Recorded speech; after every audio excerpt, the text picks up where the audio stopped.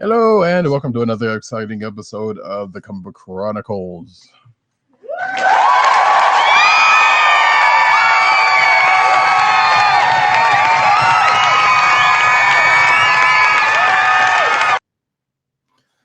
Merry, happy Christmas to all who celebrate that, and hopefully you have had a good, wonderful, and peaceful Christmas. I am, again, if you celebrate. If not, hopefully it's a good day off for you. I am your host, Roddykat. You can find me at Roddykat on Twitter. You can also find me at News Nerds Need on Twitter. You can also find me at CBCaps on Instagram.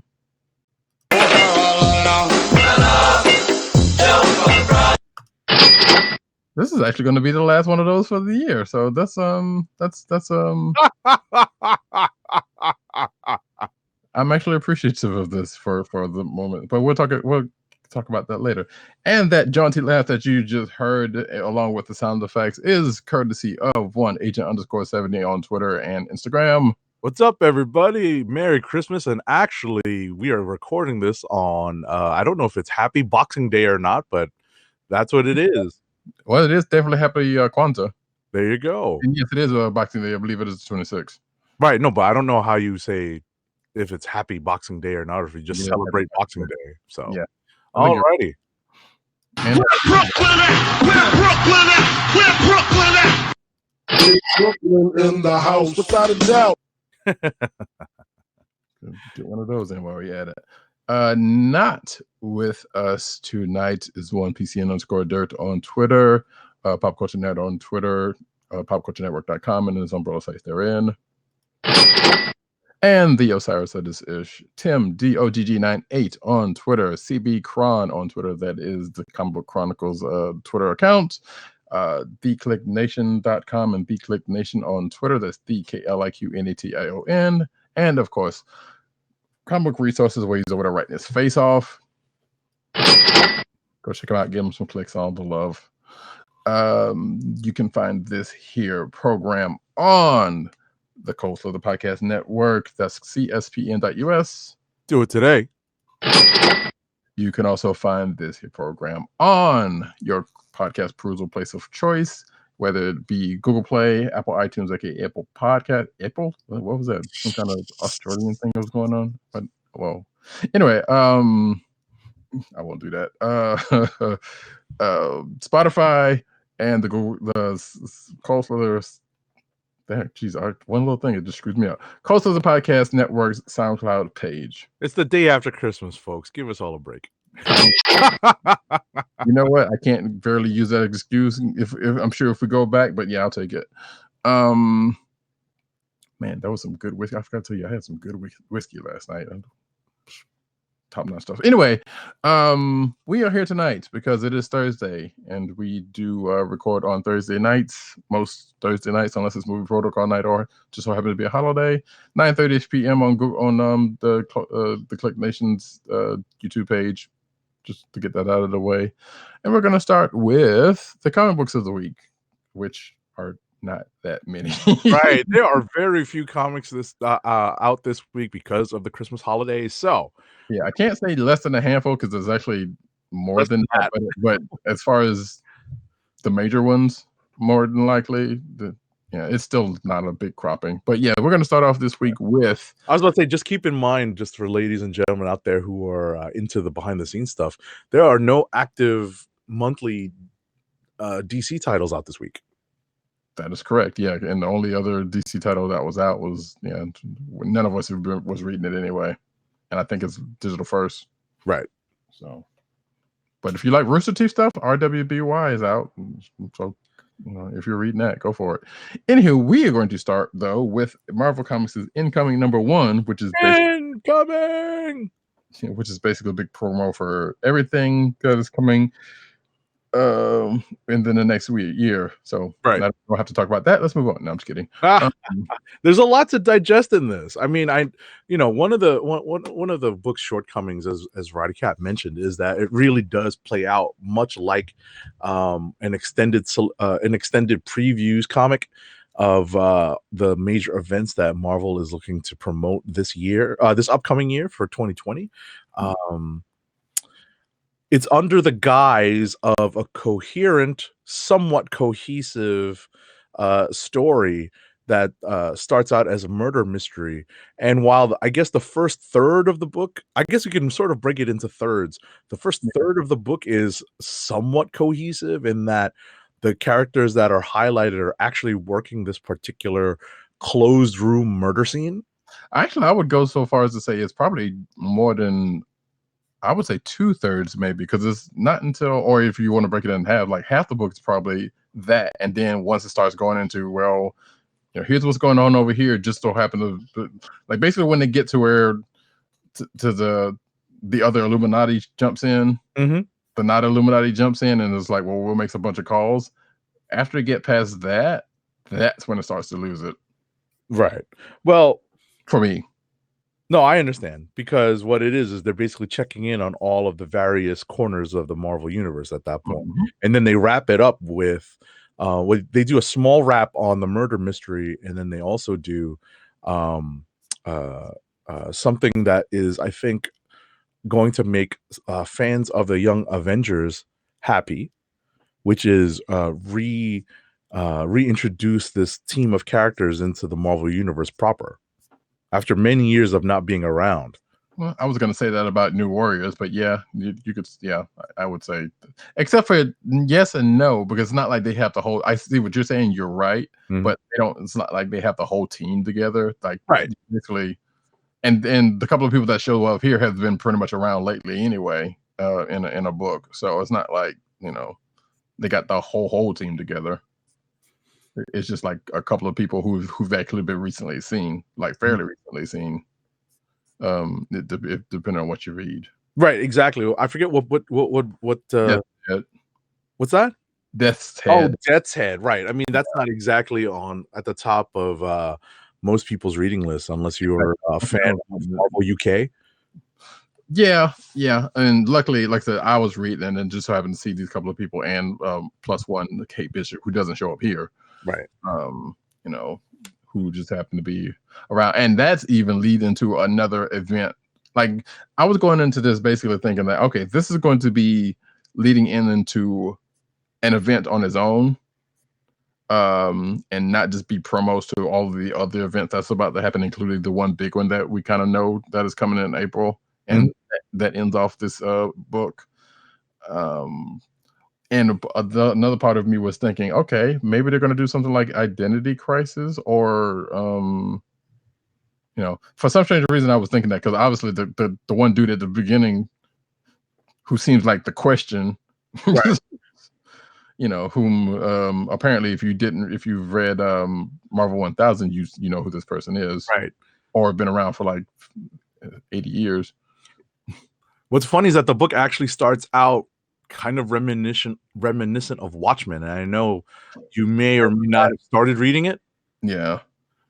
And I was just like, oh, it's Marvel's Rorschach, I was thinking like I did think about that, but more closely I was thinking like this dude's like the question, like for real. Well, I mean, that's who Rorschach was based upon. That was the book, so that's not a big reach. Yeah, right.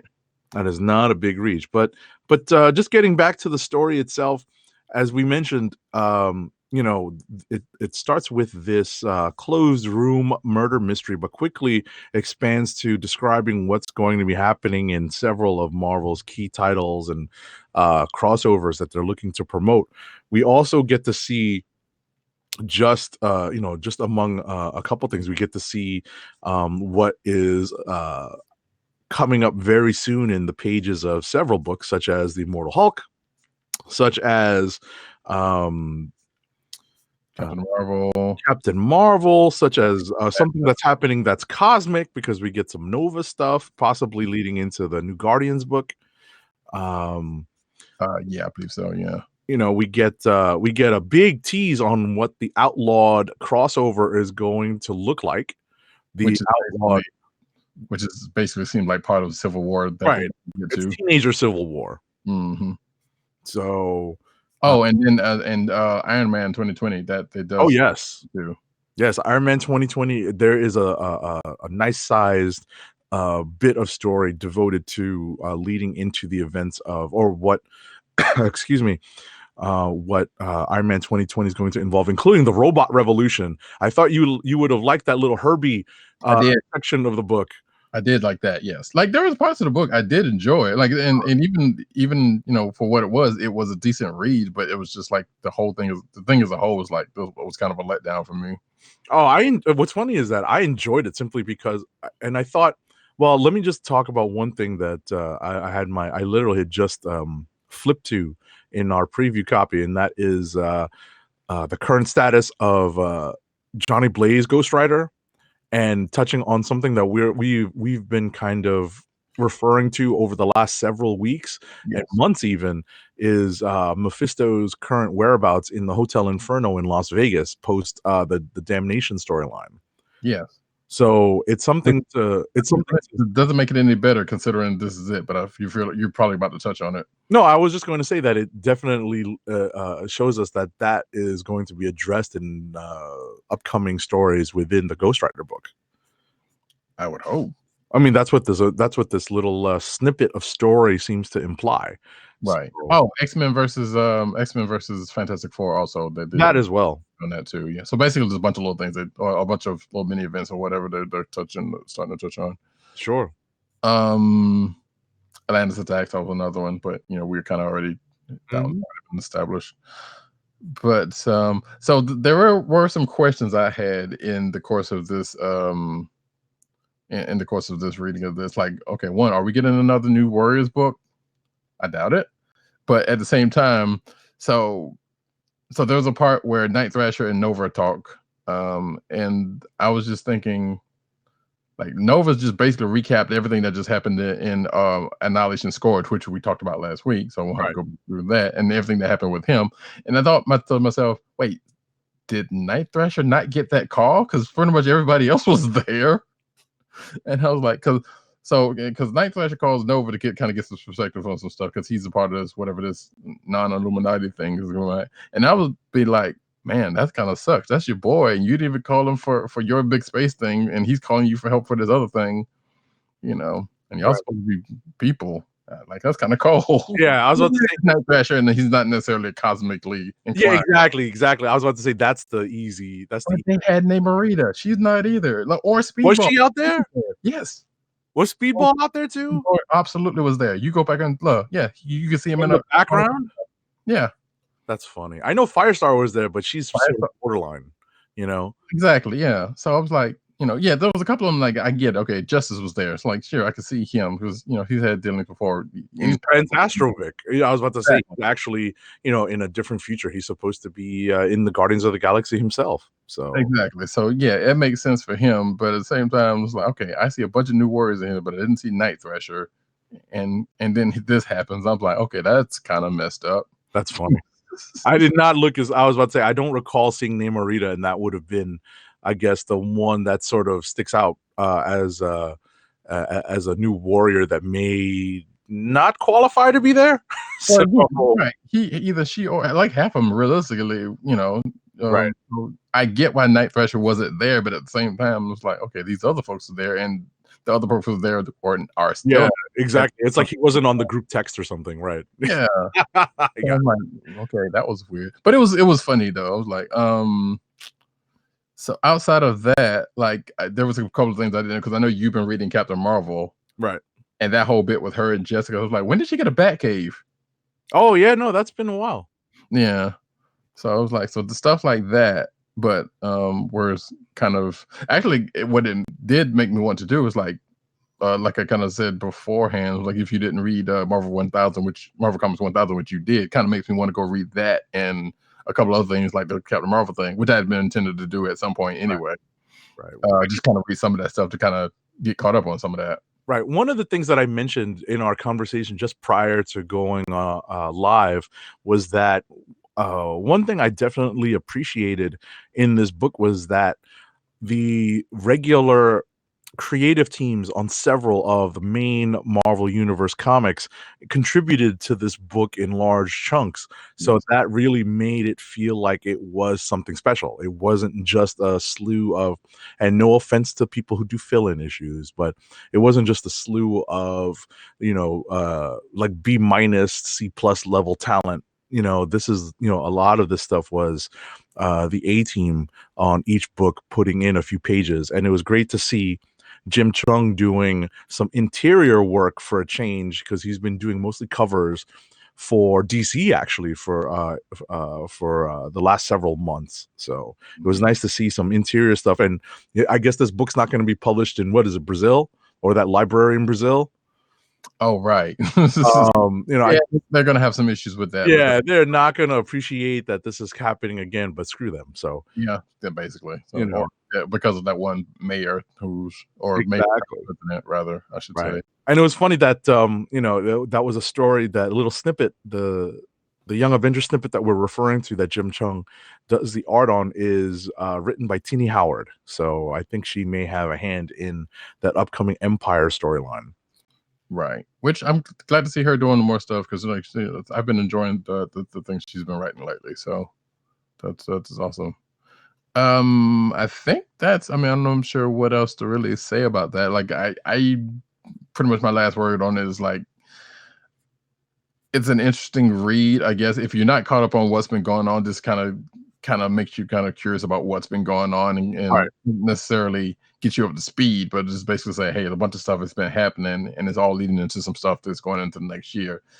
But they've had stuff to do that already, so and they continue to have some. Like I was saying before the show, like Marvel previews is one thing. That Marvel Comics 1000 thing was kind of another thing, and also like Free Comic Book Day stuff. Like you can pretty much get some of the same stuff out. And now, granted, I understand why they did this, because Free Comic Book Day would come after a lot of the stuff starts. Right. And you hit upon the reason why I actually like this, because it seems like a great primer to start off a new year. Granted, it's coming out, 6 days before the new year, technically, like 6 full days before the new year, or 5 days before the new year, depending on when you're able to get your books this year.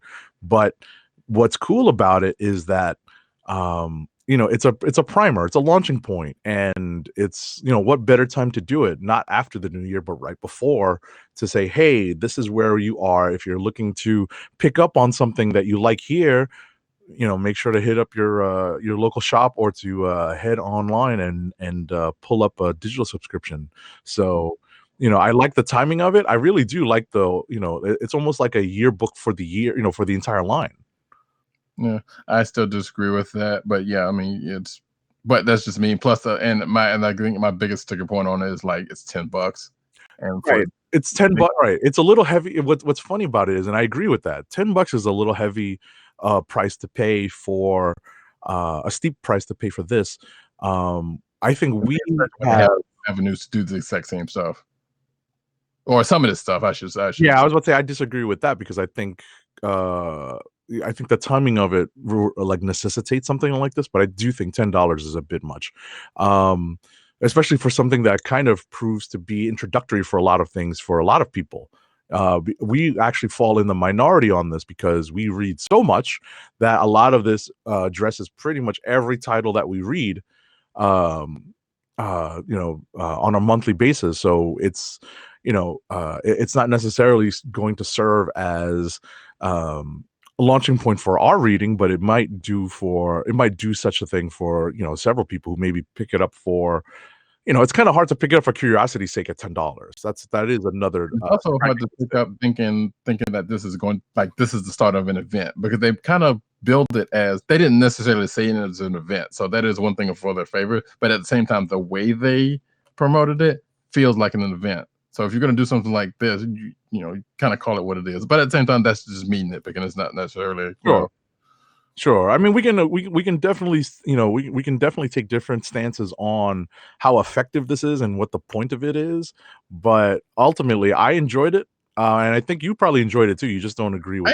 I enjoyed most of it, yes, but like I said, knowing what it is at the end of it, it's like it kind of left a sour taste in my mouth. Now, it did slightly get me excited for the possibility of some of this stuff coming up or some of the stuff that we didn't know about coming up, I should say, because that feels like that whole, especially the part with the whole the not Illuminati thing. I feel like if that's not going to come up in Agents of Atlas, then maybe that's going to have its own book or something. Because I feel like that would be something that you wouldn't just put out there and not do something with. Right. The whole possibility of a new Warriors title, even though nothing slated, Right, or at the very least a major reunion somewhere during the year. Right, like maybe one of those events they'll be front and center on it. And as a matter of fact, probably Empire, well, not Empire, but Outlawed. Huh? Yeah, the Outlaws. Mm. Because if anybody would know anything about that, it would be them. So right, and there's some interesting teases here. One of which is in the X-Men corner of the universe and Bar Sinister. Yes, that was a very interesting tease because it really only lays the foundation for an idea. There are no real reveals. So that made it pretty interesting, although it was a little troubling to see, spoiler alert here, minor spoiler alert, it was a little troubling to see Longshot being put into a sleeper hold by Mr. Sinister, apparently. Or a good thing if you just don't like Longshot or do like who knows,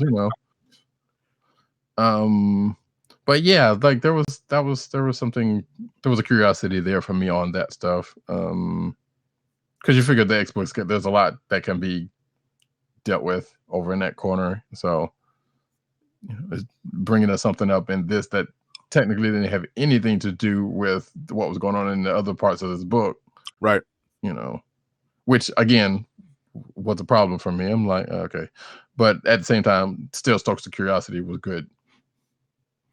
So I think that's pretty much it on this one. Yeah, it's a really broad, it's really it's really a broad kind of shotgun based approach for a lot of the Marvel Comics universe. So, right, if anyone out there is looking for something to start the year with as a primer, I don't think you'd go wrong here. It's definitely I think we both differ on whether or not it's worth the cost of roughly 2.5 books. Let's say the standard comic is now $3.99. This basically costs 2.5 times that. Even at 6, I feel like, and this is just me, even at 6, I'm like, okay, that's a little bit more palpable. But at the same time, when they have other ways of them doing the same thing similarly that they have done in the past, which again, I realize the timing thing is possibly a factor, but still, sure, they've had other ways to do the exact same similar thing. Right. I can definitely see your point on this. So, like I said, we have different takes on this, but at the end of the day, I think this is a primer, as I said earlier, for what's going to be happening in the relatively near future for Marvel Comics. So, yeah. All right. So, President Bartlett. What's next? Boy, not DC books, apparently. So, boy, there sure was a whole lot of books. I don't know how much we're going to get through tonight. Oh my. I did want to read. There was an IDW book out this week that I want to read, but I couldn't get through it. Was it a Killock book? Or? Yeah, Killock #1. I saw it. I can see that. Oh, I started reading the first 3 pages. Like, you know what? I'm not going to be able to give my full attention to this. So there was like probably 4, maybe 5 Marvel books, 2 DC books, probably 2 or 3 IDW books, and then it goes down from there. Right. So yeah, and the DC. I was going to say the DC books are digital first, right? Right. Yeah, I think that. I think that one was, and I think the other one was like a previews book, if I'm not mistaken. I can't remember. But yeah, so I mean, so if you want your Sonic the Hedgehog from this week, hey, go right ahead. But but anyway, so next book, I'm assuming we're going to go ahead and get to, because there's no really need to rapid fire these because there's really not much left. Right. Doctor Strange, Surgeon Supreme, #1. Although I have seen it billed in a couple of places as just Doctor Strange #1, but I feel confident I'm just going to keep doing it. Just like much like the Jane Foster book. Although that is outwardly named, and the Spider-Ham book was the same way. It was like they have a bill for Spider-Ham #1, but in the cover it says Peter Porker the Spectacular, right before all of that. So we're just gonna kind of let that ride, I guess. But yeah, Doctor Strange Surgeon Supreme #1. So I could have sworn this was supposed to come out next week, but I guess maybe not.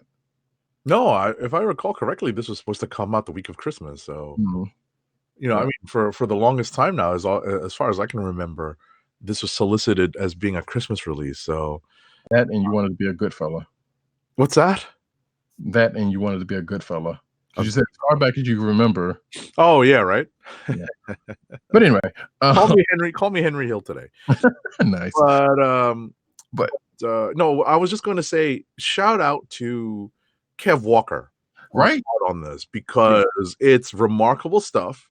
It's pretty clean. Yeah.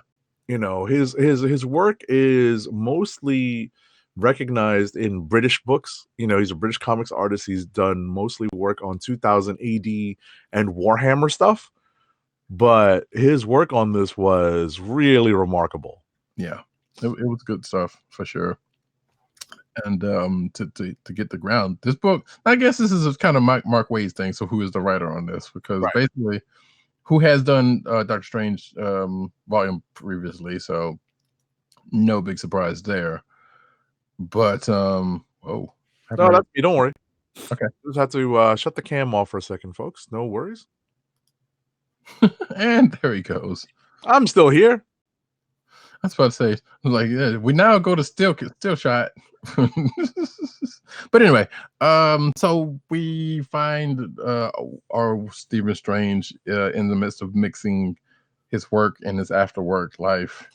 Yeah, I was about to say lives together. Yeah, I was about to say it's his A job and his B job or something. Like which one is bitch? Which one is which? Who knows in this face? But so yeah, so he's surgeon by day, sorcerer supreme by night type situation, like those angel movies. Right. And what's cool is that as you mentioned, and we may have mentioned this at the end of the most recent volume of Doctor Strange, where he regained the use of his hands after making a deal that actually did not backfire with the devil. Not yet. Or at least the demon, right? Which has not yet backfired. That's a more accurate way of putting it. And he does call attention to that. He was like, yeah, that there may be a price to that happening, but it hadn't come up yet, and he'll deal with it later. Which that seems to be his MO. It's like, hey, he's just going to do this thing right now, and whenever it comes up later, he'll deal with it. Like, so this is not the first time he's been that way. Right. Looks like he may, I guess, as this issue goes by, he may or may not be losing the use of his other extremities. Right. Well, I just wanted to touch on one thing before we get to the actual crux of the story. It's actually based in the same hospital that Jane Foster is. Right. And that, I hope, is going to continue to be a story point. Right. It kind of makes sense. That's going to develop, Yeah. I feel like, wait, did you? I feel like she may have had something to do with that, or maybe not, or that's just a coincidence of the. I mean, look at it like this, and maybe and maybe it's just the fact that as a native New Yorker, I know what the analogs of these big hospitals are supposed to be. There's some really, like major hospitals based in Manhattan that could be analogs for this particular hospital that both of these characters are based out of. But I like the fact that they're based out of the same one. Right. And I hope that leads to more storytelling possibilities. But anyway, well, actually, even going on top of that, especially given what's been going on, or we've seen going on in the most recent issue of Jane Foster Valkyrie, where she had a team together, and Doctor Strange just happens to be also a part of, I guess. Right. That. So I would kind of be curious to see if there's anything, like you said, kind of going on that point. Right. And I just, as I said, at the bare minimum, I just hope that is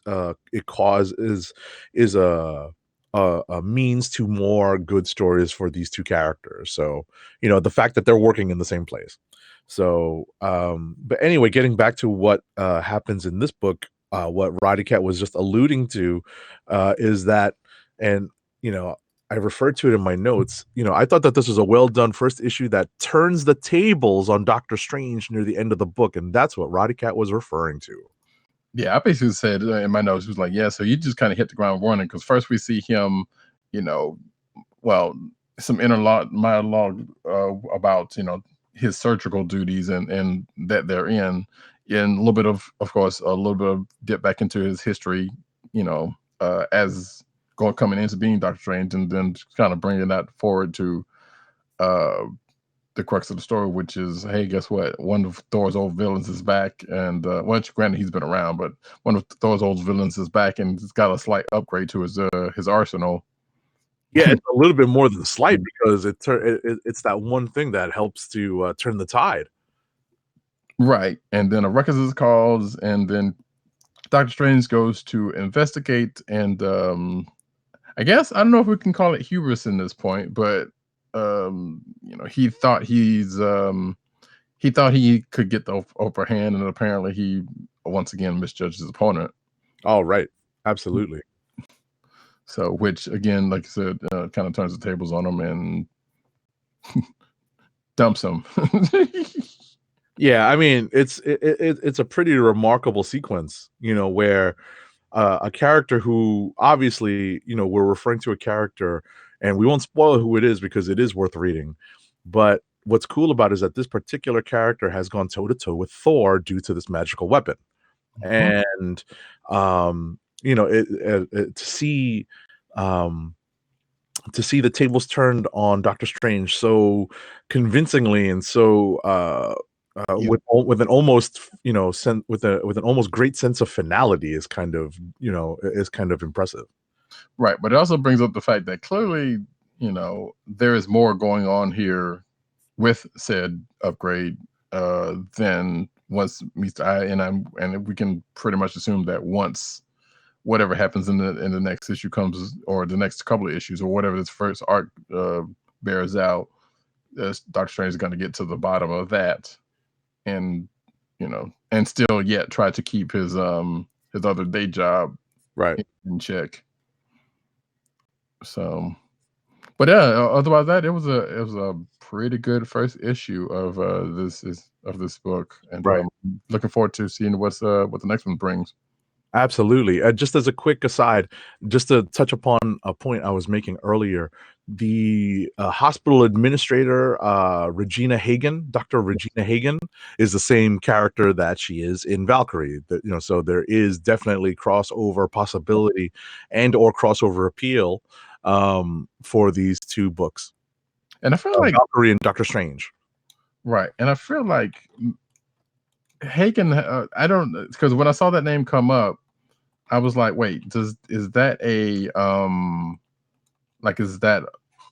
callback to in someone from his past, or someone from the movie,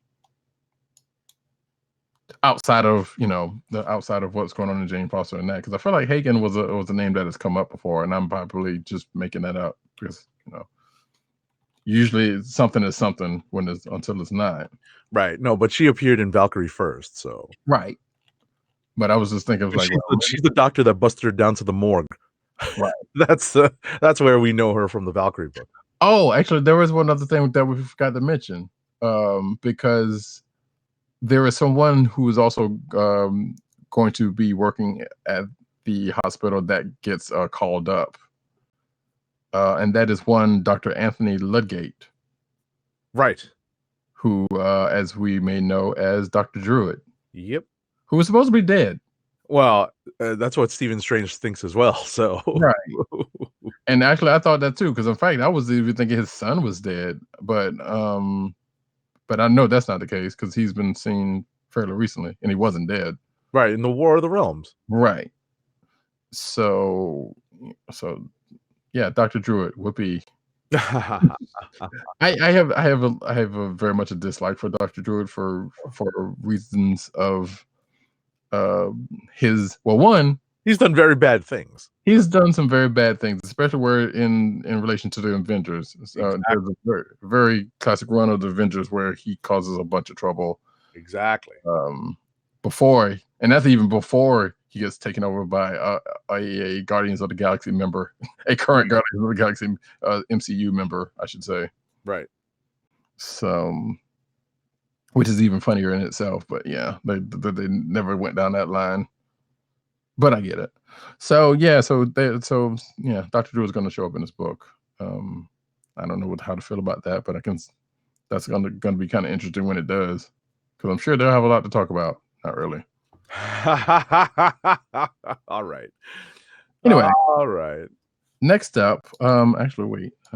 Shoot, I'm supposed to be keeping notes here. The next book we're going to get to. Actually, you can go ahead if you want to talk about that other book that you read that I didn't read. Venom. Venom. Yeah. Well, Venom is still chugging along past the Absolute Carnage event that dominated the Carnage and Venom corner of the Marvel Universe. And right on the heels of that event, something unexpected to me actually pops up at the beginning of this issue. And I'm going to spoil it, so I'm going to hit the spoiler bell. So, spoiler bell in 3, 2, 1. So apparently, due to the events of Absolute Carnage and the bravery and heroics that Venom exhibited, despite the fact that he let Null, the dark god of symbiotes, free, despite all that, because they don't know that really, the Avengers offer him membership. I actually had a spit take when I heard that. That's what I was reacting to when Roddykat logged into Lightstream and heard me exclaim in disdain. I was like, what? And that's exactly what I was reading. Who's writing this book? Cates. It's still Cates. Oh, figures. Okay. It's still Cates. He loves Venom. Clearly. He loves Venom. I mean, listen, we got love for Donny Cates on this show. A lot of the panelists do on this show. But for whatever reason, Venom is his thing. Yeah, I don't know. Granted, we do have a member of the panel who has been reading. I know Tim's been reading Venom and has had it as his click on occasion. Yeah, exactly. He has had it in the past. That's true. And I know that Cates is Surfer, and Cates is I forget what else. Thanos, I think it was that PCN_Dirt was reading as well. Mm-hmm. So like as I mentioned earlier, his run is his just finished run of Guardians. Right. And Cates has definitely got some cachet with us, but ultimately his take or his love of Venom and where he's taking this character. I mean, come on. To me. Yeah. But I've never been a big Venom fan. So. Right. Same here.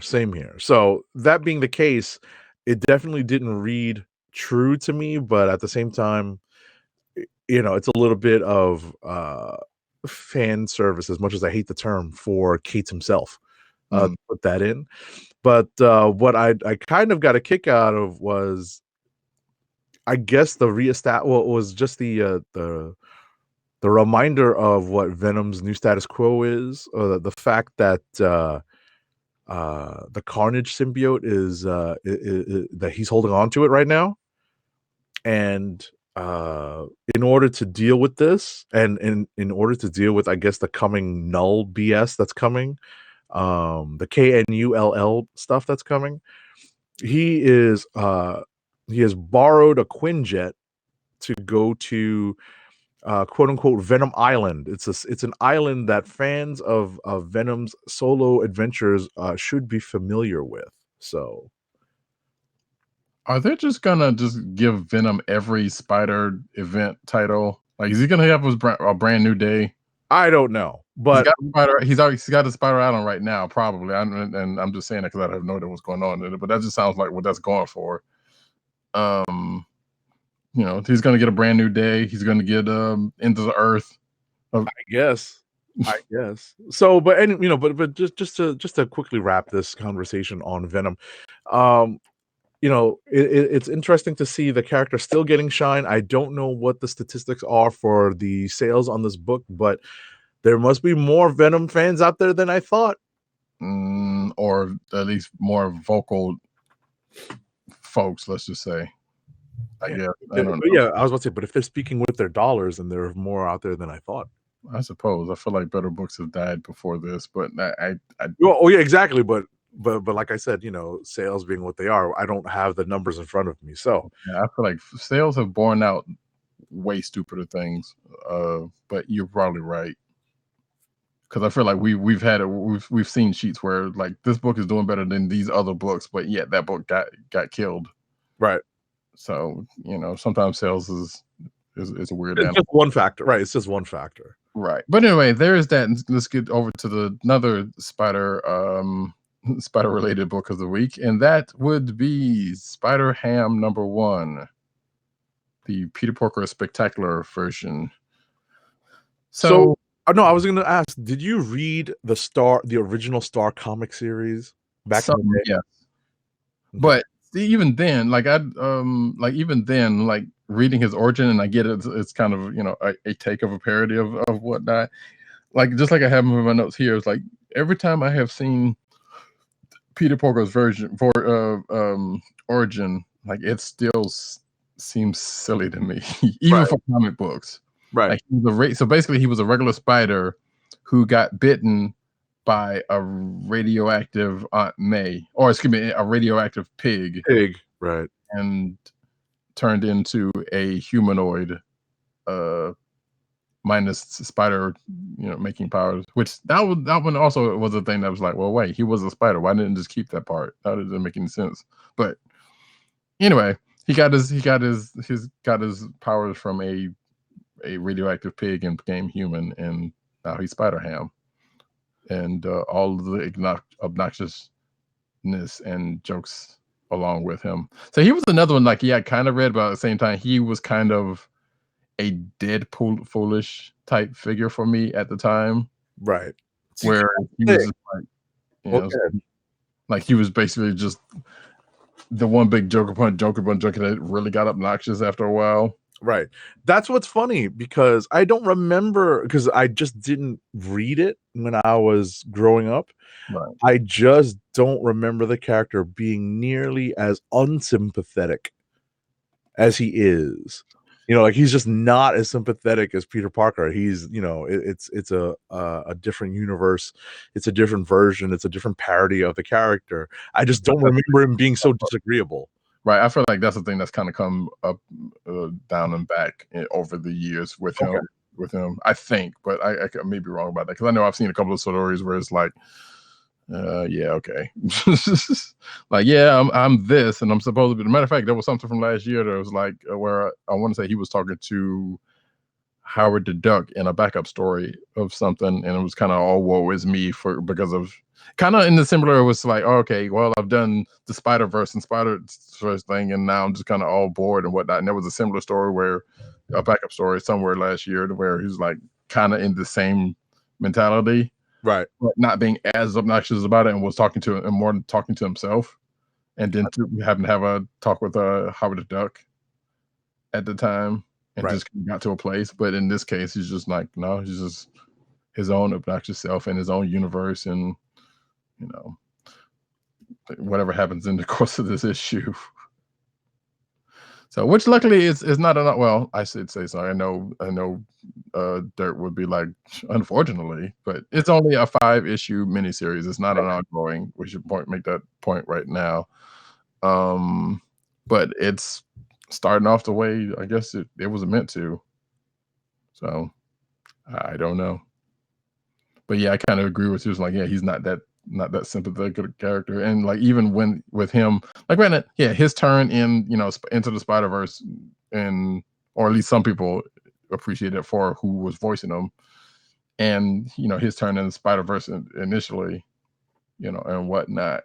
That aside, yeah, sure, I guess he has a place, but at the same time, it's like, nah, he's kind of still that same annoying character. Although I do appreciate some of the side ones that came up in this book, like Mooster Fantastic. Like some of the names they have for some of the other characters in this universe, right? Great, and I appreciate it.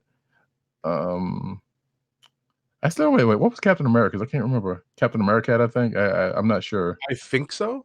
But they don't. They never say it in the issue. So yeah, I was about to say, I think it's because he's one of the more established characters. They just don't. Right. Same thing with the Thor character. I don't think they mentioned him either. No, they did not. Yeah, that was one of the other one I was on. But yeah, some of the sub marsupial, right, pretty decent. Like there was some pretty good names with some of the characters that show up in the book, and some of them they didn't get to. Like you said, I think some of those may be a little bit more established. I doubt the Vision one is, but they're a little bit more established than some of the other ones that they call out in the book. I don't know. Part of me wishes I'm like, because I know Jason Latour, who I believe wrote that story that I was talking about. I feel like he had some, like he maybe have had some ideas for a Spider-Ham book, and for some reason he didn't get called to do this one or didn't want to, for whatever the reason. So they gave it to this creative team, Right?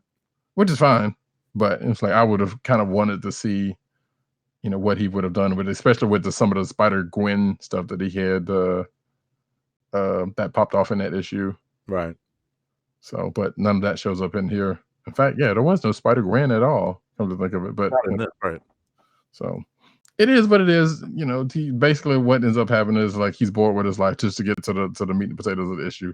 He's kind of bored with the regular goings on of his universe, and tells all of the other superheroes in mid-fight, which is why they're all annoyed to him. But he's basically like, hey, I was an integral part of Spider-Verse and this whole big multiversal thing, and all the rest of this is boring to me. Right. This is not on my level. Call me when I'm needed, or something along those lines. Exactly. And then it comes up there where what it looks to be something like that of that level just so happens to pop up, and he literally takes it upon himself to go and deal with it, because the other heroes of the universe don't like him, and they tell him so.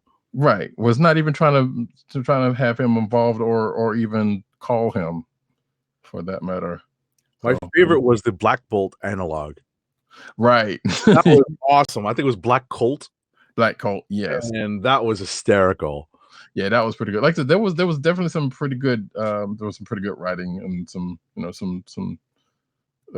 side jokes and whatnot on this one, although not as much as they did in the past, because obviously it was much more of a kid-friendly, more joke on joke situation, right, as opposed to this book. But it is what it is. So yeah, I mean, I don't know what else to say about that. No, that's it. That's more than enough for Spider-Ham issue number 1 of a 5-issue limited series. Indeed, and I'm sure it will have some fans, and I wished him well. I don't know. I may read the second issue just to see what exactly is, what ends up being the big thing behind it. But at the same time, I don't care that much. Sure. So now I believe that brings us to, actually, I think that's it. Clicks of the week, if we don't have anything else. We absolutely don't have anything else. Clicks of the week. And we have one, and probably should not be that much of a surprise to if you've been paying attention to this show for any length of time. But PC_Dirt has one, and that is the aforementioned Spider-Ham number 1, who he is a big fan of. That works. We did not get one from Tim, and although the pick I had ready for Dirt would not be one. I mean, I know he is a wrestling fan, but I think it would serve if it was Dirt's than not. So, but I'm not going to do that to him.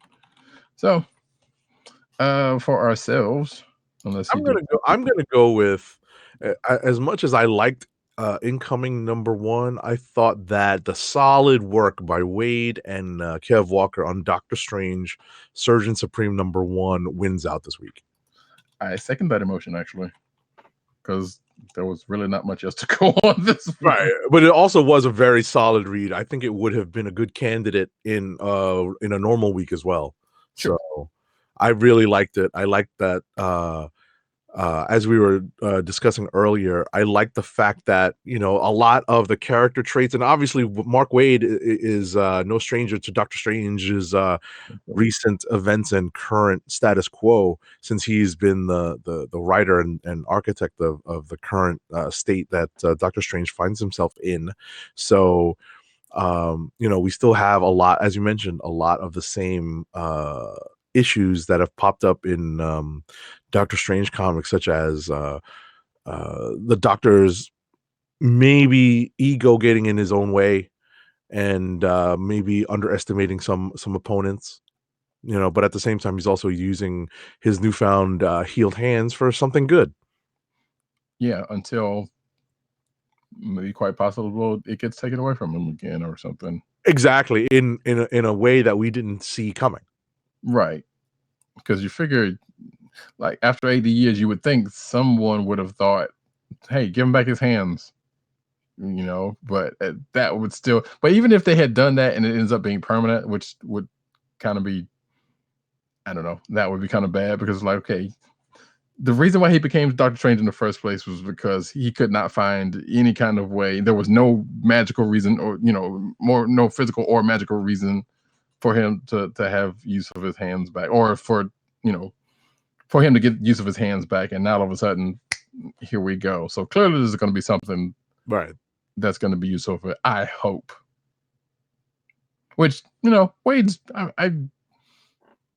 I feel fairly confident in Wade's ability to do that if he's going to do it. That's assuming he's going to do that. Right. But it may take a while. We'll see. Yeah, I mean, if it does, that's great because I mean, it's we've had a steadily good run of Doctor Strange volumes in the last couple of years, so hopefully that keeps it going. Agreed. And with that, we have come to the end of that, and we're going to get to an ad read first. Our first ad read of the night is for Wink, the personalized wine club. Wink is a world of wine delivered right to your door. From rosé to Cabernet to Torrontés, Wink has over 100 styles of wine to discover. Have you ever tried an orange wine? No. Wink connects you to a world of exclusive wines tailored to your tastes and delivered directly to your door. Wink delivers 4 bottles of wine to you every month with free shipping. You can pick your own bottles or let Wink choose and match to your taste. It doesn't cost a thing to become a member, and you can skip or cancel anytime. And now the listeners of the Comic Book Chronicles can enjoy an exclusive discount of $20 off your first order. To place your first order with $20 off and to help keep our show free for you, go to our network website at cspn.us/WINC. That's cspn.us/WINC. Wink Wines through CSPN. Do it today. And now let's get into the cinematic news.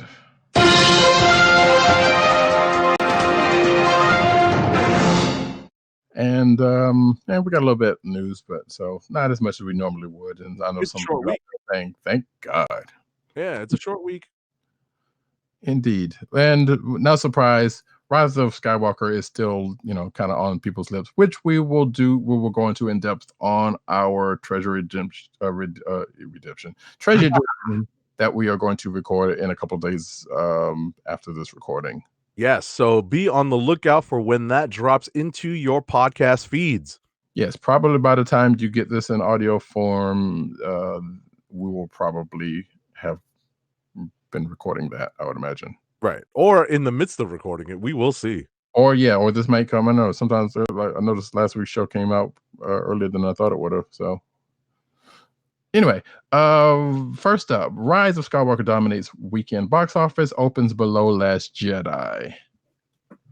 So yeah, per Variety, The Rise of Skywalker, which I keep putting a "the" in there sometimes, I don't know why, earned a whopping $176 million at the domestic box office this weekend, with the ticket sales from foreign markets bringing the film's worldwide gross to $374 million as of the 22nd, which was Sunday. Interesting. And my mom's birthday. So yeah. It says Rise of Skywalker marks the lowest domestic opening for the most recent Star Wars trilogy, coming up behind 2015's Force Awakens at $248 million and 2017's Last Jedi at $220 million. I mean, even so, that's pretty big, and I believe it did win the weekend. So right, because no one went to go see Cats, even ironically. Although, actually, there are some people that are starting to do that. I know, that's why I mentioned it. I mentioned it exactly that way because I read that. I admit, seeing some of the stuff lately, I am kind of curious myself. But that would be one of the things if I had like the Regal Unlimited thing or whatever. Sure. Then Yeah, imagine if you had Movie Pass still in effect, right? exactly. Like if I still had something like that still in effect, I would definitely go see it because I would be losing very little. That's funny. Which I'm still actually thinking about getting that Regal thing. Right. But it's like $18 a month, and still, like I said, not necessarily that worth it at the. Right. It would have been worth it around this because I would have gone to see Rise of Skywalker a couple of different times, but Sure. saying I still couldn't. But regardless, hey, it made a lot of money. No Right. surprise Just there. tangentially related to this, and a little bit of a preview of our Rise of Skywalker Treasury Edition. I would just like to add that just before Christmas, as a minor treat to myself, I decided to pick up Blu-ray and digital copies of both The Last Jedi and Solo, movies that I had been hesitant to add to my Star Wars movie collection, but I decided, kind of as a protest to some of the stuff that's been going on,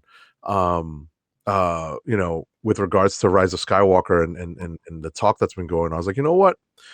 I'm going to toss a couple of shekels Brian Johnson's way if he gets points on Blu-ray sales, And mind you, that is above the fact that, because which I was about to ask, but since you just said what you said, that makes a whole lot of sense. So good on you.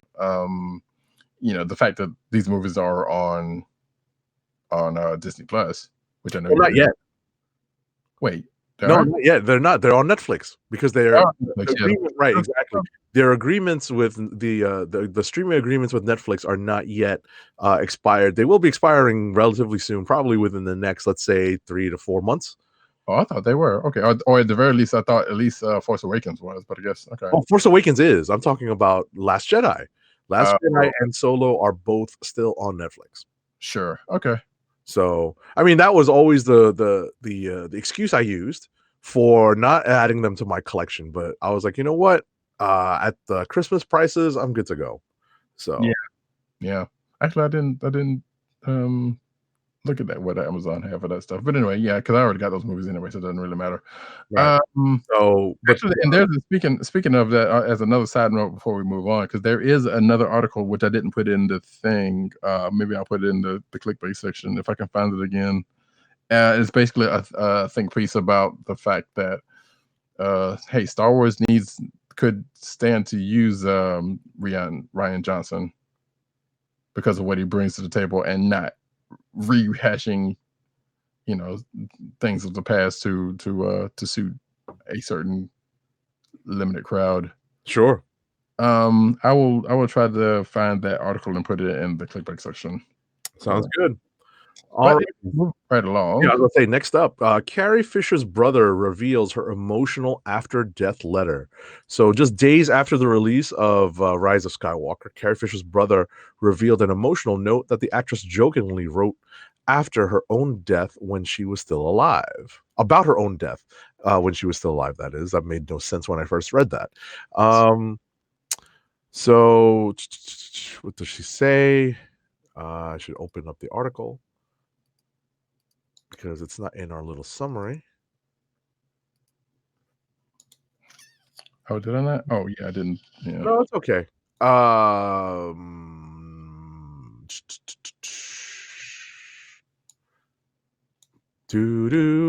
right, what did she say?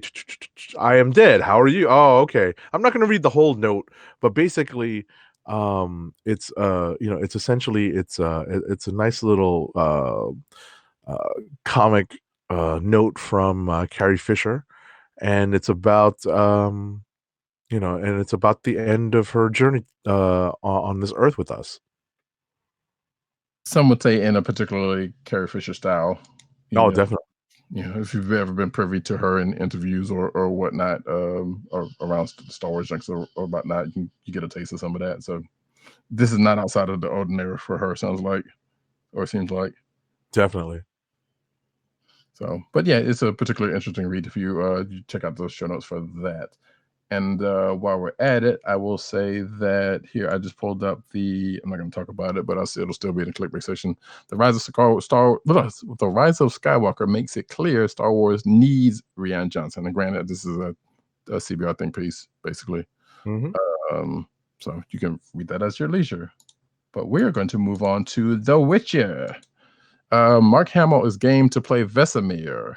He doesn't know who Vesemir is, but he knows he wants to play it. Which is basically funny. When I saw this, I'm like, you know what? I can kind of see it. I was kind of surprised they didn't have anybody to play the character yet. So basically, Vesemir is let's say, an elder Witcher. He's kind of like Geralt's mentor, kind of.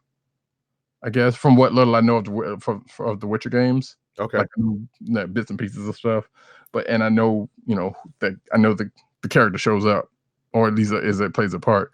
So anyway, Mark Hamill responds to IGN's posting of this story on social media, providing a status update for fans, hoping he'll one day play Vesemir. I still have no idea what this is or what it's about, but I do know they haven't ever asked me to play Vesemir yet.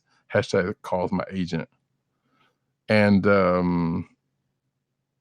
I guess he's responding to IGN's piece about having Mark Hamill, who just finished his turn as old Luke in Skywalker franchise and the Star Wars franchise for The Witcher. And he says here that according to the IGN thing, Mark Hamill jokingly said he wants to play Vesemir, an experienced Witcher who acted as a father figure to Geralt, like I kind of just said in Witcher 2. But like I said, in tweets, he basically said, I don't know who that is, but nobody's called him yet. So, and actually, I can kind of, not that it's been put out there, I can kind of see it, but at the same time, like, So, are you a player of the game, or have you? I have watched people play a couple of the games, and I haven't played them personally. Like, I think I started playing the first one, but at the time, it was before the first game was kind of rough. And even with the enhancement they later put into it, it's still kind of rough in controls and whatnot. But as the series progresses, it's gotten better. So I've not played them. I do have all of those games, but I haven't played them, basically. Interesting. Okay. I mean, I know good bits of the story about some things that happen in it. But the Witcher show is based off the books, which the game is based off of. Mm-hmm. So there's some stuff that the games probably won't touch on that the books do, that will kind of sort of come out in the sounds like in this show. I was just going to ask, have you seen the Netflix show? I have. I haven't watched the whole thing. I watched like the first couple. I was like, Cavill's all right so far. Like, I was about to say, I've heard and read good things. I'm not familiar with the property, so I haven't found time to sit down and watch it yet, though. Yeah, knowing an episode or two. Yes. Matter of fact, I plan on finishing the rest of it because I can't remember how many episodes it is. But he kind of got the character down. He's reportedly a big fan of the books and the games. Okay. And I think he even recently come out and say he'd rather be home playing PC games than console games, and sounds like which The Witcher is mostly console. I mean PC games at this point. I mean the third one is on consoles now, but that's neither here nor there or whatever. But regardless, he's a big fan of the property, so which is why he wanted to do it in the first place. And he's, from what I can tell so far, he's kind of got the character pretty well. All right. The character's kind of stoic, so it's really not that much to him. I gotcha. He's not exactly have that big of a range emotionally. I understand. So there's really not much to that part, but so far, yeah, he's been doing all right. So I'm like, all right, cool. Anyway, so whether Mark Hamill's actually going to get to play Vesemir or they find somebody else to do it, then so be it. Moving right along. All right, next up, Wonder Woman 1984 film has been completely done. It's basically done all its shots, all its reshoots, all its everything. 6 months ahead of scheduled release of its scheduled release. Kind of scary. Yeah. They can still go back and be like, well, if we need some last minutes and stuff like that, they need to do, then so be it. But the fact that it's like completely done, I guess that's an efficiency of of Patty Jenkins and crew. Right. I mean, she says in the article to Collider, in the interview with Collider, that while it doesn't come out in a few months, she's able to say, hey guys, can you let me fiddle with this? Can you let me fiddle with that? So she's fiddling with the movie, but it is technically done. Right. But the fact that it's done ahead of schedule, which is, I don't want to say unprecedented, because you hear about, even with, usually you hear about movies being done closer to the movie, and then they say sometimes still have to do reshoots and that kind of stuff. But the fact that it's completely done this early, or before release, is kind of crazy. Sure. I wonder if it's a little bit of a shot at Marvel, but I wonder if they're able to finish because they don't have to worry about the interconnectivity with other movies.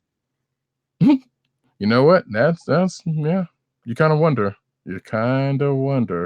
But hey, June 5th, I doubt there's no plans, as far as we know, there's no plans for them to release it earlier, but just the fact that it is a thing. So, and I think, because it was like the release date was pushed back in June 18th as filming began, because it was supposed to come out last month, actually. So, yeah. Go figure. Yeah. I feel like it's one of those Scotty moments. If you're into Star Trek lore, where basically Scotty is like, hey, always ask for more time than you need. That way, when you get finished sooner, they'll call you a miracle worker. So I don't know if that's the case or not, but if it is, that'd be great. I don't know. Either way, next up, Flash remains the Arrowverse's highest rated show. Batwoman takes slot 2. Okay. That makes sense. I mean, Flash is usually the one that's, usually front run on people's minds. Surprising that it still is after all this time. That's pretty good. But it says here the network's ratings for the first half of 2019-2020 season have been revealed, with slight declines across the board in total viewership compared to the last year. People, I guess, starting to get a little tired of things, I guess. However, The Flash remains the most watched series on the CW, averaging 2.5 million viewers for its initial broadcast and the first week of DVR streams. Man, this is a world where actually DVR streams are starting to actually get used for Nielsen ratings or whatever. With an impressive rating of 0.94 for viewers in key demographic groups, the Arrowverse series has held the top spots across its entire 6-year run. So, cool. I have still yet to watch that too, but Batwoman. I haven't either. Yeah, because I think I want to try to get caught up with all of the series and then go into the Crisis. Into the crossover where she comes in. Mm-hmm. But yeah, and apparently coming up behind Riverdale with it is Supergirl and Supernatural, was surprisingly still on the air after 25,000 years. But whether it goes on or on, we don't have to go any further than that. Next. All right, next up, writer and Fat Man Beyond co-host Mark Bernardin has pitched a John Constantine Lucifer team-up series following their meeting in Crisis on Infinite Earths. So essentially, the tweet reads, "Dear Warner Brothers Television, I would like to do a miniseries starring Tom Ellis and Matt Ryan, following Lucifer and John Constantine as they drive from LA to New York City, leaving broken hearts and scorched earth in their wake. Call it Highway to Hell, Give Me Money." And apparently, one of the co-creators on one of the respective shows basically did the Twitter equivalent of a thumbs up and quoted or is it Matt Ryan, one of the stars, basically right. Oh no, Lucifer co-showrunner Joe Henderson responded with his support in the form of a GIF saying Lucifer likes, and Matt Ryan also responded with a GIF of his own in the positive. Because of course he was going to say that, which, hey, get a man to do. He was actually pretty good. Constantine. So I'm with it. And plus, I think since the recent crossover and the confirmation that Lucifer is in the Arrowverse anyway, which apparently has been already, but we did not know that until this, or whatever the case may be. So it makes sense. Right. Just two things on this. I think it's funny. For people of a certain vintage will remember a Michael Landon television show called Highway to Heaven from back in the day. And I hope they don't blow. And the second thing I would mention is I hope they don't blow their entire budget on trying to license Highway to Hell from AC/DC for this show. I'm on a highway. Yeah, well, even if the show was going to happen, I kind of doubt that. You know, it's like CW budget can't be that good. Exactly. Plus, you wouldn't need it to be. You got them to. Well, granted, I have not seen Lucifer, so I don't know how that show is. But you know, I know how the Constantine part of that is, and I don't know. Maybe they could pick up on some old Constantine threads that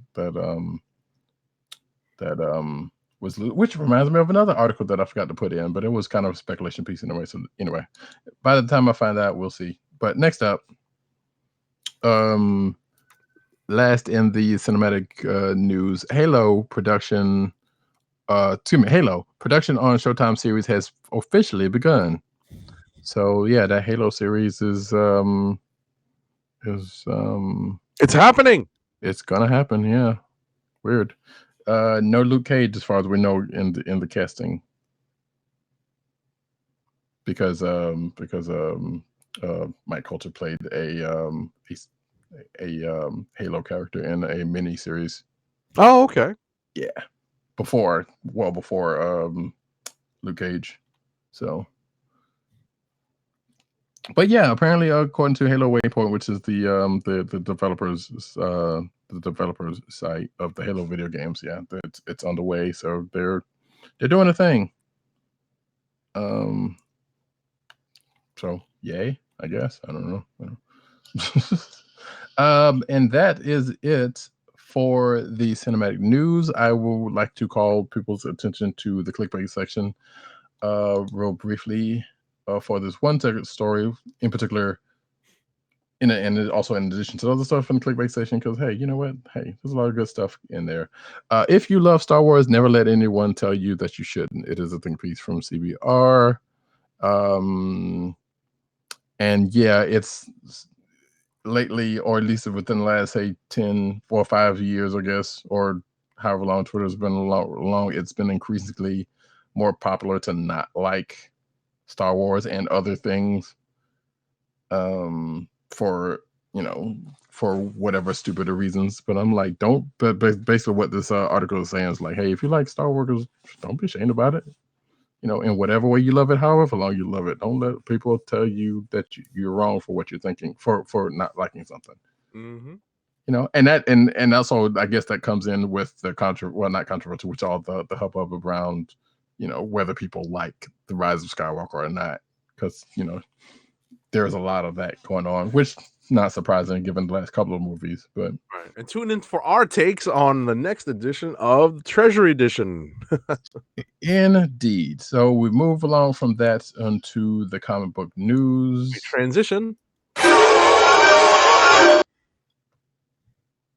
I totally forgot what I was looking for just now. But anyway, Valiant signs deal for video games based off their characters. So yeah, apparently Valiant Entertainment is teaming up with Blowfish Studios to develop a slate of all new action-packed video games featuring the popular characters from Valiant superhero universe.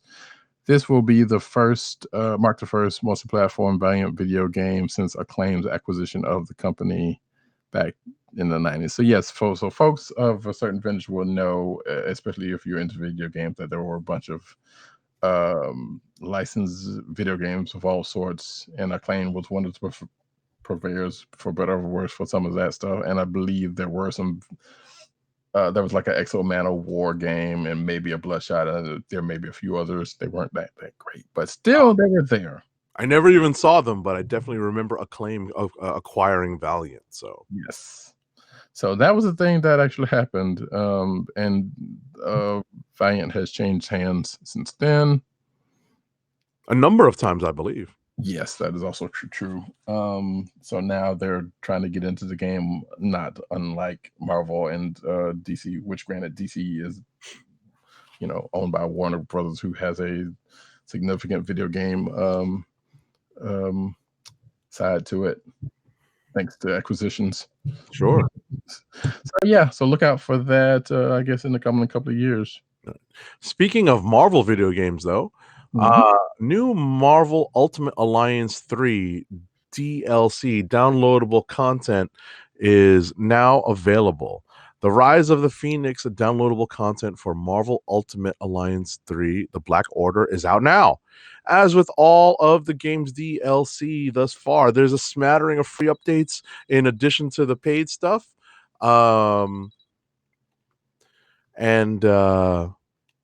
It's really the new characters that most folks are going to be interested in.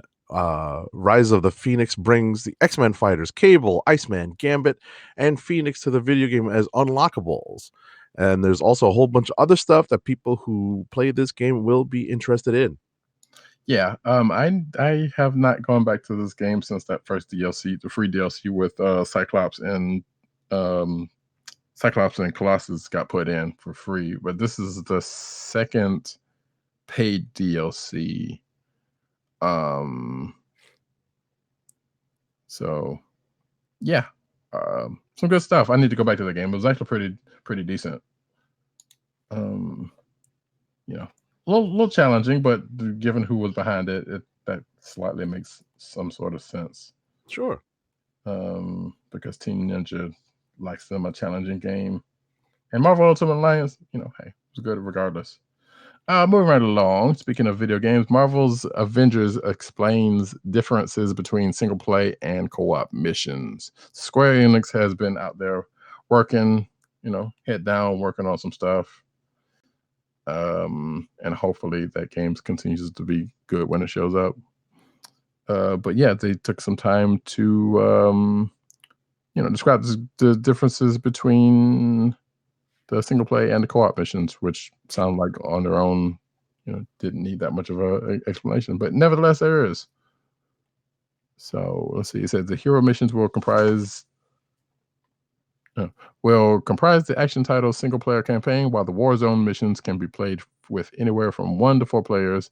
All of the game's content will be accessible from the Chimera helicarrier base, where players will also be able to customize their own Avengers team with costumes and abilities. So cool. All right.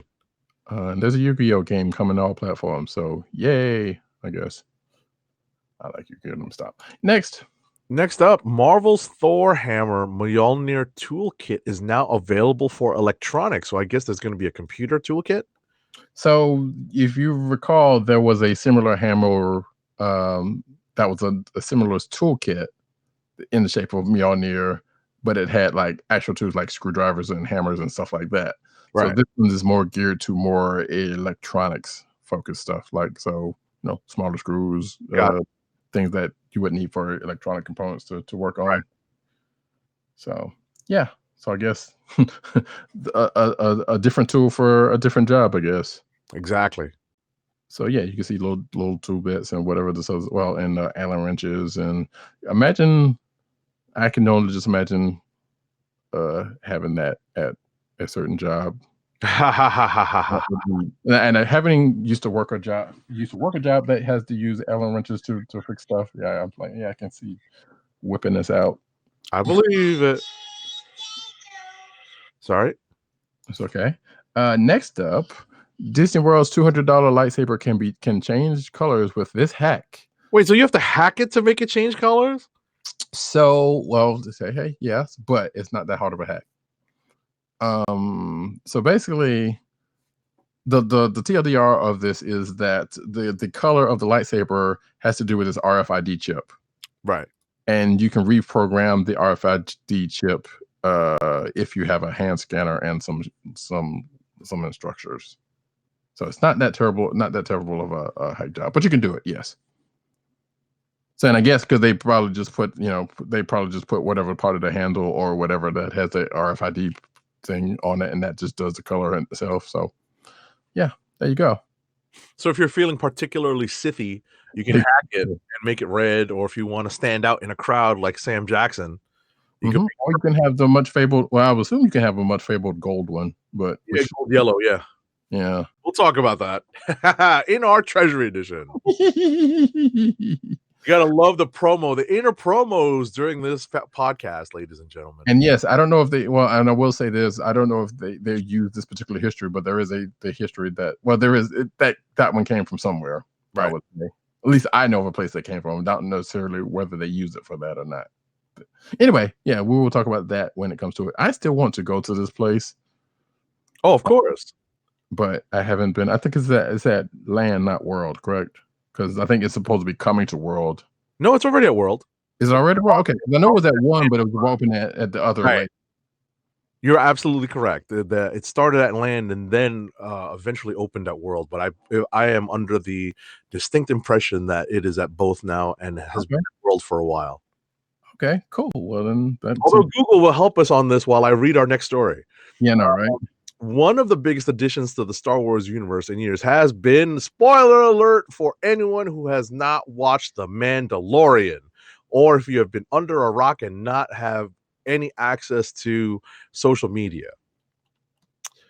So one of the biggest additions to the Star Wars universe in years has been the child, aka LBY, the Baby Yoda, aka Yodito, in the Disney Plus Star Wars series, The Mandalorian. So it's been kept secret until the series premiere. So the Force-sensitive infant immediately won over the hearts of audiences upon first sight. But because of the secrecy involved, official Baby Yoda toys won't hit store shelves until months after Christmas.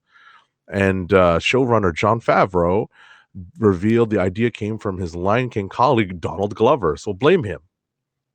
Although obviously, logically, it kind of makes sense.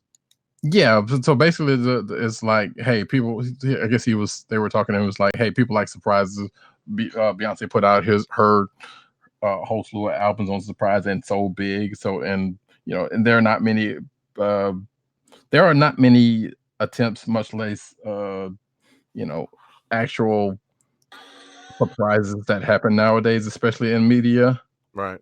So it makes sense that, hey, hold back something so that people get to be surprised and it'll go over big, which it did. It totally did. So he was actually right on that one. And Donald Glover has also put out, as this article says, put out, music and stuff that is, that has done well coming out as a surprise. Mm-hmm. So yeah, it totally makes some sense that was the case. So, because I read the title and was like, okay, what are they blaming them for now? And then reading the actual article, was like, yeah, okay, sure, that makes some sense. And actually, well, I'll come back to that, but we'll move on from there. To stupid auto playing things. I hate you. Marvel just gave Spider-Man 2099 his happy ending, sort of. Did you actually go back and read this? Wasn't this at the end of Amazing?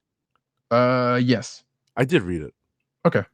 So and for everybody else, because I think I can't remember if you read it at the time we talked about it last week, because I know there was a whole hubbub about the whole. Still a lot I haven't read from last week, so right. Yeah, same here. There's still some stuff I'm still catching up on, but I had read that one at the time. Anyway, regardless, as I said last week, they basically Captain America at the end of Endgame, Miguel O'Hara.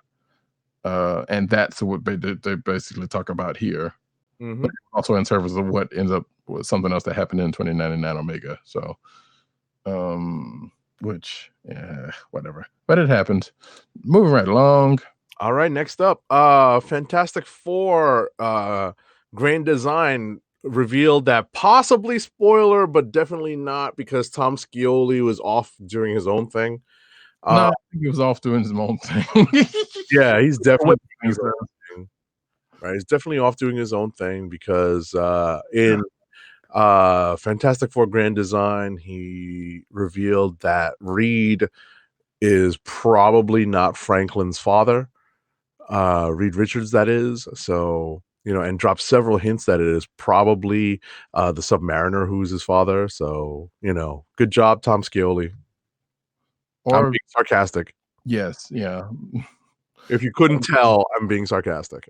Well, no, even if you weren't, I was gonna take it as that either way. But regardless, yeah, that Grand Design book was, they shouldn't. I must say it again, they shouldn't have gave it to him, because oh my god, there was a whole lot. Now, granted, there were some things that were different about it that was like shouldn't be upsetting, but at the same time, there was like, why? Mm-hmm. Who even let you make that decision? Like, why did they let you get it? Why did they even give you this book in the first place? But that's a whole new here. I think we talked about the first one. We didn't talk about the second one. I don't think, and I don't know if that was. Yeah, I never got to it though.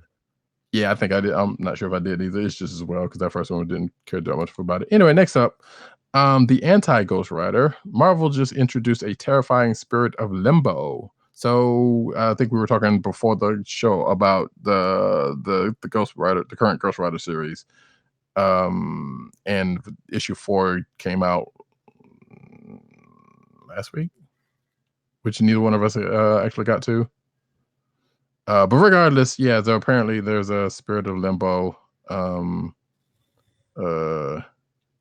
is coming up, or that is in place. Okay. So again, I have to read the book. I didn't exactly read this article. I'll be honest with you, but because I do want to actually catch up to that book. Mm-hmm. So yeah, that's the thing that happened. Right. You actually skipped the story here. You have the prepare for the final Doctor Strange story.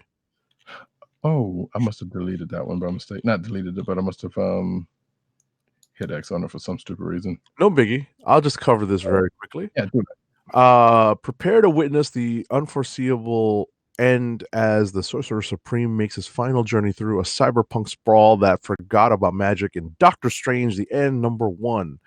The critically acclaimed creative team is reteaming.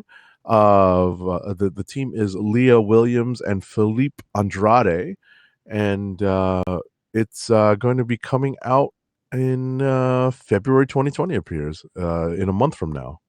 Right, because I know there's a couple of the end books that are coming, including Miles's world. I do like this cover by Raza. It's almost kind of a hip hop like cover. It looks like from those Key commercials. Oh, the original Dos Equis guy? I got you. Yeah, the old dude. Yeah, exactly. The most interesting man in the world. Yeah. Exactly. Yeah, it kind of looks like it. So I do like this cover. All right.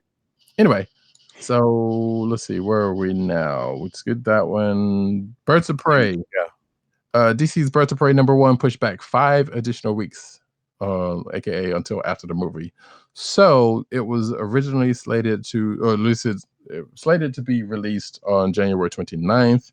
There was a Birds of Prey one-shot we're talking about, but it's now going to go on sale on March 4th, 1 month after the Birds of Prey movie on February 7th.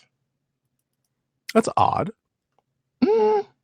Yes and no. I feel like that's probably a better time, like a whole month, maybe not, but I can see, yeah, it is odd because the January 29th is like right before the movie comes out. That would have been a perfect time for the one shot to come out, because people would have been like, hey, going into the movie, be like, coming out of the movie, hopefully you would hope, be like, hey, they've seen the movie, so maybe they'll be interested in Birds of Prey.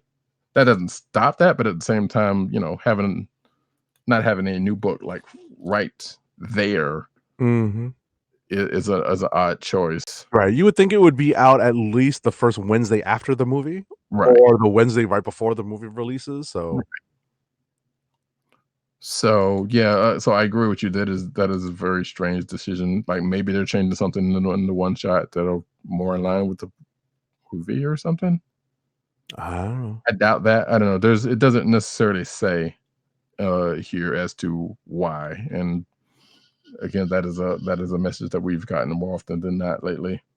Let's see, because the 29th would have been the week before. So that would have been a perfect time, or at least that week of, would have been great. Sure. Makes weird sense. Somebody knows something somewhere. Who knows? But it's Brian Azzarello and Amelia Lupacino's book, so it's guaranteed to be something good about it with that creative team. Absolutely. Next up, Bernice versus the Supernatural in Harrow County spinoff called Death's Choir. So on December 18th, the horrors of Harrow County came back with Cullen Bunn and Tyler Crook and they brought on upcoming artist Naomi Franquise for the latest addition to their world's history with Tales from Harrow County, Death's Choir. So go check out the books that came out last week. Yeah, and for sure. Colin Bunn, some would say he has a niche with horror focused books or tinged. I mean, he has he has gone away with some of that stuff, but at the same time, that seemed to, at least when I first heard about him, that was his thing. So, matter of fact, didn't he do a run of Moon Knight? I think so. Yeah. Anyway, last but not least, a black and white limited edition of Mighty Morphin Power Rangers Teenage Mutant Ninja Turtles #1 will be available in January 2020. So that first issue has already come out, and I still haven't yet to read it. But next month, Boom will be releasing a limited edition black and white version of the comic.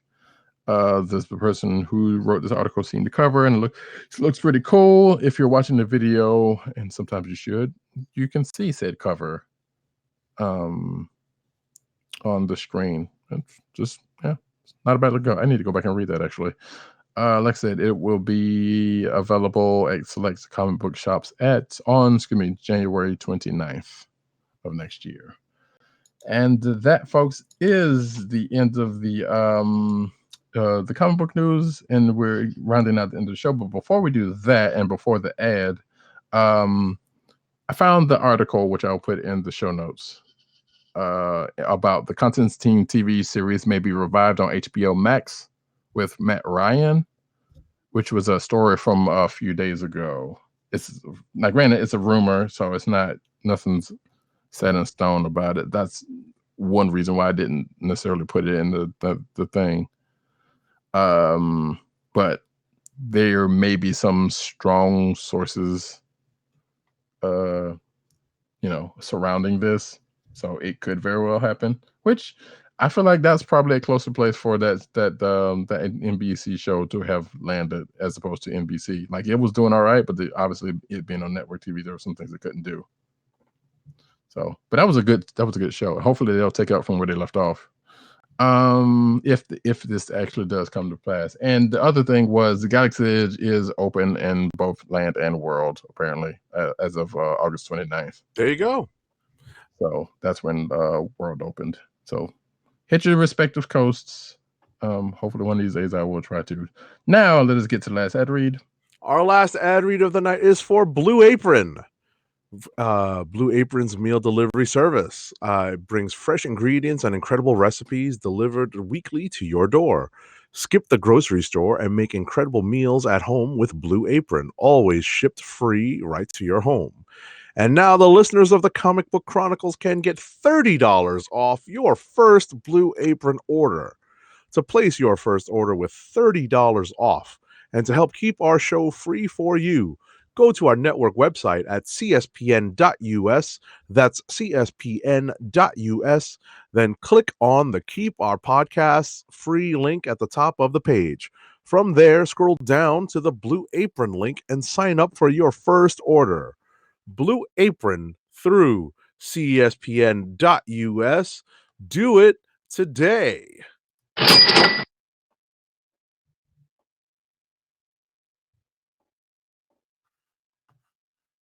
All right. Roddykat is speaking, and I cannot hear. He may be on mute.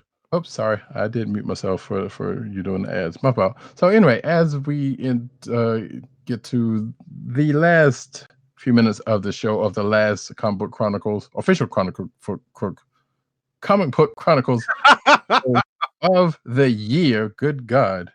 Hopefully going into next year, we'll work on that. Maybe some shock treatment or something. I don't know. But regardless, we do have a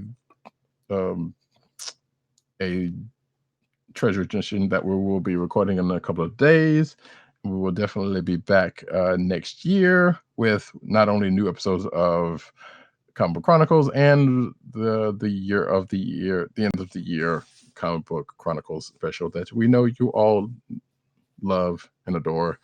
But before we go, I just want to do a little quick show and tell, and that I got this nice little Black Series Janna Star Wars figure over the past week. So there you go. This is actually the first one that I have actually ever bought. Nice. especially Black series, and she's Black. It's funny. Yeah. We had just as a quick note, to hold on to your thought.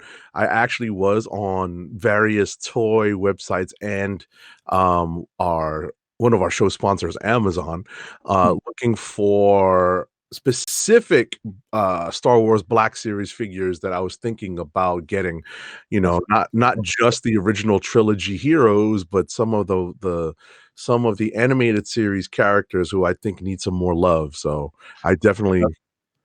I'm sorry. Speaking of, did you get that that 3-pack, the X-Men animated series 3-pack?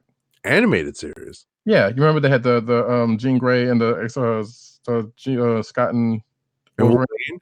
Oh, I mean that was it's just like a regular Marvel Legends pack, but Right. yeah, no, I have not. Oh, okay. I have, but I was definitely thinking about picking up a Sabine, an Ahsoka. I'm not sure which. What happened? Did you have a Sabine? No, but I'd like to pick one up. I was looking for the black, the Star Wars Black version. Right. Because I did not want to get like a flimsy little, figure. I've got a couple on my shelf back there, but I thought if I'm going to get these figures, I might as well give them the most iconic look, I guess, that they can get in action figure form. So, right, which would be the Black Series ones, yeah. Exactly. Definitely the Ahsoka one is one I'm looking out for, but I didn't know whether because I didn't know if they did any Black Series for the Rebels characters or not. They do have. I think they have everybody but Hera. I think because there was a big hubbub about that. Really? I thought so. Yeah, because I don't know if it's Black Series, but I remember we talking about it one time, like probably earlier this year. They made figures for at least 4 of them. And Hera was not one of them. I don't know if Sabine was the other one. Well, because Well, this is something for us to look up offline. Indeed. And with that note, folks, thank you for coming out like you do each and every week for this here Comic Book Chronicles. Again, like I said, the Treasury Edition coming up on Rise of Skywalker. There is a Black Series Hera. Oh, nice. So that must be another set of figures then, because there was not a Hera before. So that's good news, because I know because people were really kind of upset about that. But regardless, we will be back next week in the new year. So for a new Comic Book Chronicles, same time, Thursday, 9:30 p.m. On the Click Nations on the Click Nations YouTube channel. For myself, Roddykat, you can find me at Roddykat on Twitter. You can also find me at Need on Twitter. You can also find me at CBCaps on Instagram. PC_dirt. Lord have mercy. What am I doing? Agent_70 on Twitter and Instagram. I'm losing it. It's all folding. It's all going back. But PC_dirt. You're having a really quick show, right?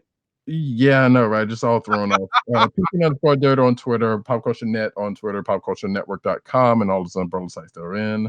Tim, DOGG98 on Twitter, CB Cron on Twitter, Click Nation, that's DKLIQNATION on Twitter, and TheClickNation.com. Also, Comic Book Resources, where he's over there writing his face off.